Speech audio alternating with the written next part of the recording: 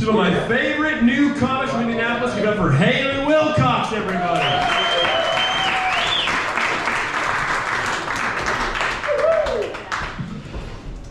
How's it going, guys? How many of you guys bought the tickets to this and then realized that the Final Four was tonight and you were like, I have a decision to make? You guys? A lot of guys? I can't see anyone over there. Do you guys regret it? Yeah? Yeah. Not yet. He said nobody's nodding. Let's see. Martinsville. This is my first time here. I've heard nothing but good things. I mean, 3 Circle Ks. That's not nothing. You know? Good for you guys. Yeah. I actually spent last night in Newark, New Jersey at the airport. It's horrible, yeah. Yeah, I went to New York City, spent a couple days there. I did some open mics. It was great. I left New York City feeling really good about myself. And then I got to the airport. And I was like, oh, I'm trash. That's what this is. I also, to make matters worse, I flew Spirit out of Newark, New Jersey. They really treat you like second-class citizens when you fly Spirit. You know, it's always like Spirit and Frontier in the shittiest terminal. You know, I'm a white woman, so I've never experienced racism firsthand. And I'm not saying that flying Spirit is the same as experiencing racism,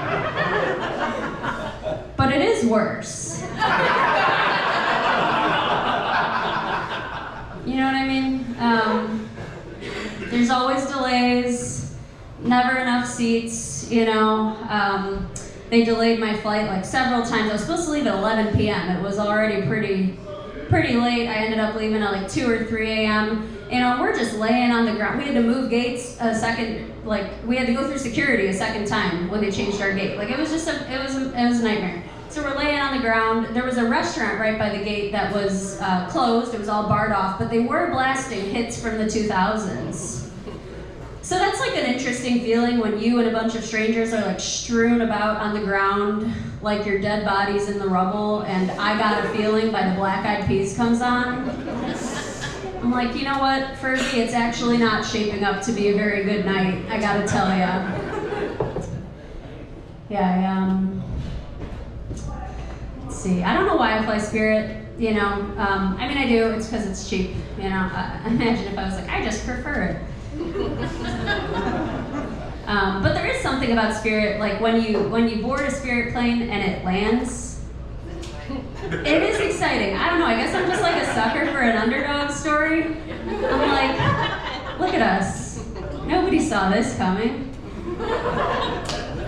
Nobody was betting on this, you know? You pull into the gate, sometimes you're lucky, you see a Frontier plane, pull up to the gate right next to you, you're like, son of a bitch, my parlay hit. Alright, I got one more plane joke for you guys, I swear I'll be done. The more I think about it, the angrier it makes me that Ross just guessed what airport Rachel was flying out of. Because there's not 2, but 3 airports in New York City. Shouldn't it be standard practice to double check that kind of thing? You guys look young, you know what I'm talking about? Alright, that's fine. Look it up later. I mean, that would be like if I was like meeting Luke in Martinsville and he was like, meet me at the Circle K.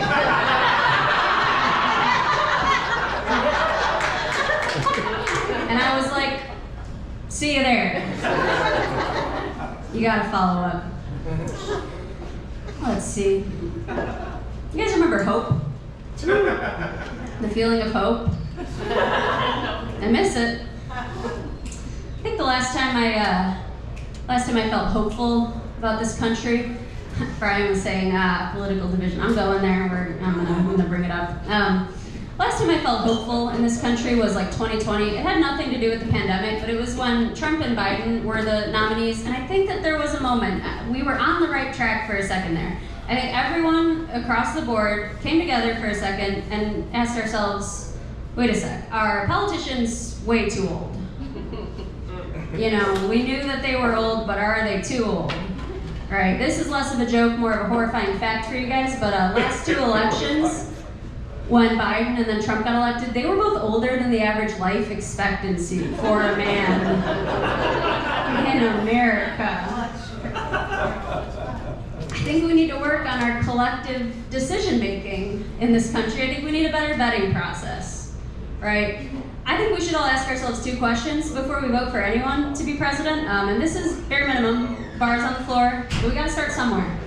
So the 2 questions are, would I trust this person to pick me up from the airport?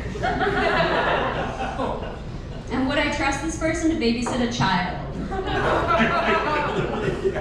So we'll start with Biden. Would I trust Joe Biden to pick me up from the airport? That's my fucking punchline, bro. I say, I don't know, fuck no. He gets it. Yeah, fuck no, hell no, I'll Uber, you know?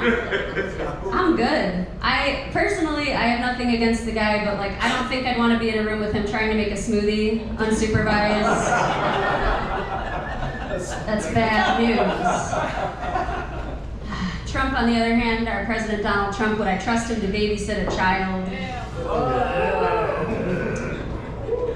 I don't know, whoever has kids in here, it sounds like you wouldn't, but I hope nobody in this room would trust him to babysit their child. But to be fair, any one of our kids would be safer in a room with him than his own daughter.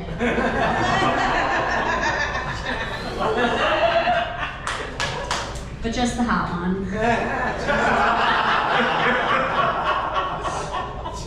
Tiffany's safe. Both my parents have been Trump supporters from the very beginning, which has been tough for me because I'm not one. The good news for me is that my dad is not a Trump supporter anymore. But the bad news is that it's because he died.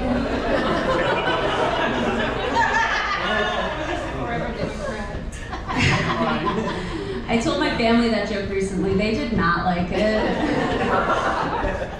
Especially my dad. He was like, what? You're telling people that I died? Stop that. No, he is dead. That was the true part. Am I stressing you out? Okay, good. She looked stressed. It was a roller coaster. Let's see. I look like a really gay straight person or a really straight gay person. That's kind of the hand I was dealt in life. I don't know most of you here, so I'll tell you a quick story to help you figure out what I am. And we'll see how it goes, Martinsville. I went to Google something the other day that started with the letter K. And the first suggestion that popped up on the Google search bar was Kate McKinnon hot. You guys know Kate McKinnon? Weird Barbie? Yeah. Nobody straight's ever Googled that, like man or woman. That's just for us. It's not a choice to be gay, but it does feel like a choice to be that gay. Let's see. What'd you say? No, it's just Google. You just Google gay shit. You can try it tonight. There's even a secret mode. I forget what it's called, but I could show you. Let's see. Do you guys think anyone's happier about the Epstein files than Harvey Weinstein? You guys remember Harvey, right? The guy who got in trouble for raping adults.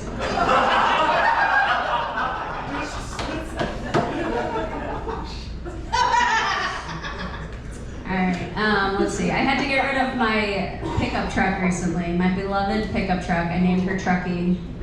I was 17. I don't want to talk about it. But anyway, I loved her. I've had her since high school. She was wonderful. I'm not going to say that I was sadder to get rid of her than when my dad died.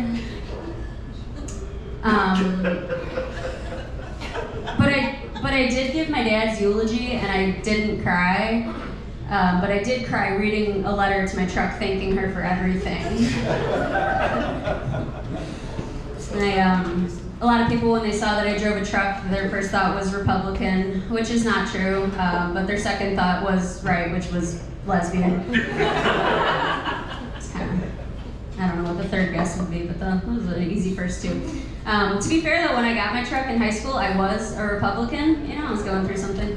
And that was kind of the last remaining indicator that I was ever a Republican, you know, and there it goes. That and the fact that I still pronounce it Iran. I think that's not how Democrats say that word, but I gotta pick my battles. I've been walking everywhere since I got rid of my truck a few weeks ago. There's this really good feeling when you're a woman and you're walking alone at night that I feel bad for the men in the room because you can't appreciate this feeling. It really is good.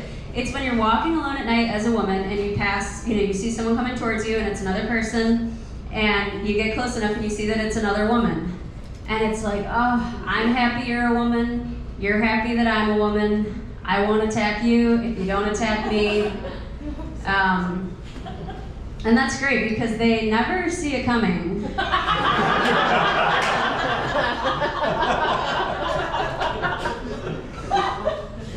much time am I at? I think I skipped a huge chunk of my jokes. Where am I? Well, a minute and a half. Minute and a half?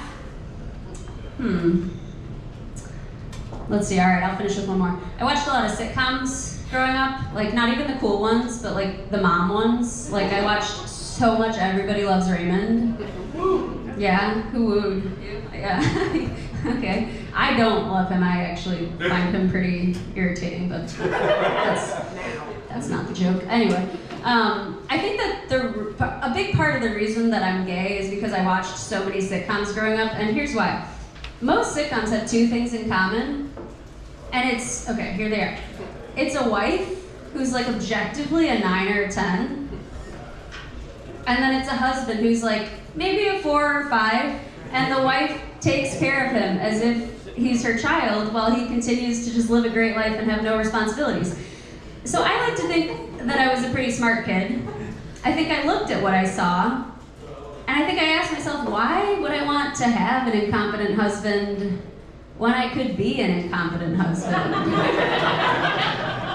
You know? I looked at his life, I looked at her life, I said, his life looks better. I'd like to be him, please. All right, guys, I'm Haley, that's my time. Thank you so much.